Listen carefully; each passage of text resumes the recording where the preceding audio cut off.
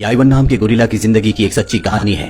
इस कहानी की शुरुआत होती है सन 1973 से, जहां पर हमें बिग टॉप नाम का एक मॉल दिखाया जाता है। इस मॉल के अंदर आइवन अपने दोस्तों के साथ रहता है। दरअसल सब के सब यहाँ पर लोगों को एंटरटेन करने का काम करते हैं। आइवन के दोस्त होते हैं एक मुर्गी जो बेसबॉल खेलती है, बॉल से खेलने वाला एक सील, एक रैबिट जो फायर ब्रिगेड का ट्रक चलाता है, एक फीमेल डॉग, एक एलिफेंट जो कि आइवन का सबसे अच्छा दोस्त है, साथ ही एक डॉग जो हर रात को छुपकर आइवन के केज में सोने के लिए आता है और आइवन भी उसे कुछ नहीं करता क्योंकि आइवन उसे अपना दोस्त मानता है। वही हमें आइवन के केज के बाहर एक छोटी सी बच्ची को दिखाया जाता है जो आइवन से बहुत प्यार करती है और हमेशा उसके स्केचेस बनाती है। दरअसल इस मॉल का जो ओनर है जिसका नाम मैक है, ये मैक के एम्प्लॉय की बेटी है। अब यहाँ पर मैक भी आ जाता है जो अपने एम्प्लॉय से कहता है कि हमारा मॉल, हमारे शोज अच्छे नहीं चल रहे और अगर ऐसे ही चलता रहा तो हम इसे ज्यादा दिन तक नहीं चला पाएंगे। आइवन ये बात सुन लेता है और वो तय करता है कि अगले शो में वो बहुत अच्छा परफॉर्म करेगा। जब अगला शो होता है तो बहुत अच्छे से परफॉर्म करता है, लेकिन आज भी बहुत कम ऑडियंस आई होती है। वहीं जब आइवन अपने केज के अंदर चला जाता है तो मैक दिखता है कि उसके केज के अंदर डॉग है। वो अपने सिक्योरिटी गार्ड से कहता है कि डॉग को बाहर निकालो, लेकिन आइवन के होते हुए सिक्योरिटी गार्ड अंदर नहीं जा सकता क्योंकि उसे आइवन से बहुत डर लगता है और आइवन भी उसे पसंद नहीं करता। वहीं वो छोटी बच्ची जो आइवन से बहुत प्यार करती है, वो आइवन को कुछ कलर्स और एक पेपर देती है। आइवन देखता है कि ग्लास पर एक इंसेक्ट बैठा हुआ है और आइवन उसका स्केच बनाना शुरू कर देता है। और अगले दिन वो बच्ची जब एक बार फिर से आती है तो वो देखती है कि उस पेपर पर, जो पेपर उसने एक दिन पहले उसे दिया था, उस पर एक इंसेक्ट का स्केच बना हुआ है, जो देखकर वो बहुत हैरान हो जाती है और ये बात अपने फादर को बताती है कि आइवन ने एक इंसेक्ट का स्केच बनाया है। वहीं अब इनके मॉल में बहुत कम लोग आते हैं, इसीलिए इनके मॉल्स में जो शॉप्स होती हैं वो सब अपनी शॉप्स बंद करके जाने लगते हैं, जिस बात से मैक को बहुत परेशानी होती है और वो तय करता है कि वो एक नया जानवर इस जगह पर लेकर आएगा और बहुत जल्दी वो एक छोटे एलिफेंट को यहाँ पर ले आता है ताकि शो की पॉपुलैरिटी बहुत ज्यादा बढ़ जाए। वो बड़े एलिफेंट के साथ इस छोटे एलिफेंट को शो में प्रेजेंट करेगा। वो चारों तरफ अनाउंस करवा देता है कि शो में एक नया एनिमल आया जो कि बेबी एलिफेंट है और ये सुनकर बहुत सारे लोग आते भी हैं। और जब शो शुरू होता है तो आइवन अपनी परफॉर्मेंस कर रहा होता है, लेकिन उसकी परफॉर्मेंस को बीच में रोक दिया जाता है और इसके बाद वहां पर एलिफेंट और बेबी एलिफेंट को प्रेजेंट किया जाता है, जिससे पब्लिक बहुत ज्यादा खुश हो जाती है। ये सब देखकर आइवन को बहुत दुख होता है क्योंकि उसने इन शोज के लिए अपनी जिंदगी में बहुत मेहनत की थी और आज उसके शो को बीच में ही बंद कर दिया गया। जहां इस शो को पहले आइवन के नाम से चलाया जाता था, उसके होर्डिंग के साथ साथ बेबी एलिफेंट के भी एक छोटे से पोस्टर को लगा दिया जाता है।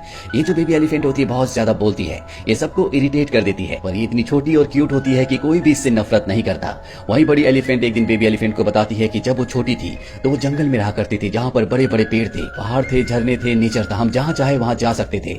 लेकिन एक दिन मैं एक गड्ढे के अंदर गिर गई, फिर वहां पर एक लड़की आई और उस लड़की ने मुझे बचाया। इसके बाद मुझे यहाँ पर ले आया गया। वहीं जब अगले दिन शो का वक्त आता है तो देखा जाता है कि एलिफेंट के पांव में चोट है, इसीलिए शो में परफॉर्म नहीं कर सकती। इसीलिए मैक बेबी एलिफेंट से कहता है कि आज तुम्हें अकेली परफॉर्म करना होगा, लेकिन वो बहुत छोटी होती है इसीलिए वो डर जाती है।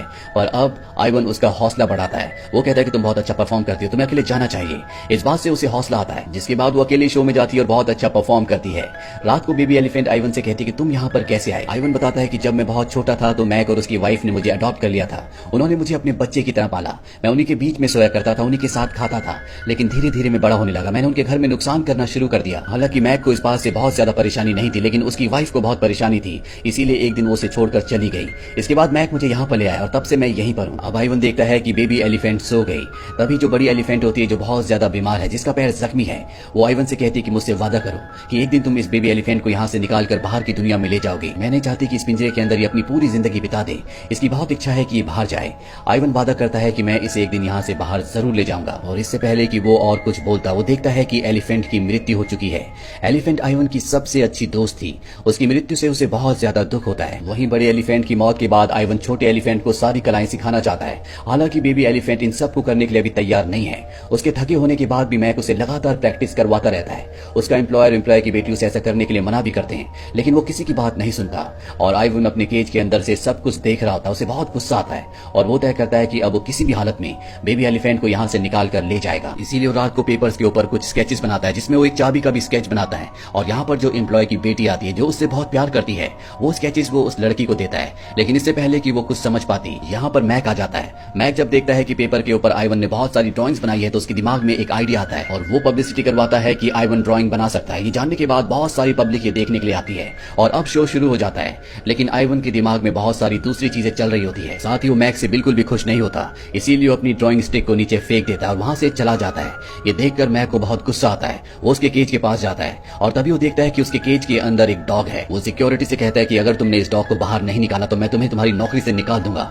ये कहकर वो वहां से चला जाता है और अब जो यहाँ पर सिक्योरिटी होता है वो किसी भी कीमत पर उस डॉग को निकालना चाहता है। और जब वो देखता है कि आइवन सो गया तो चुपके से नेट लेकर अंदर जाता है ताकि वो डॉग को पकड़कर बाहर निकाल दे और अगले पल आइवन उसके पीछे आ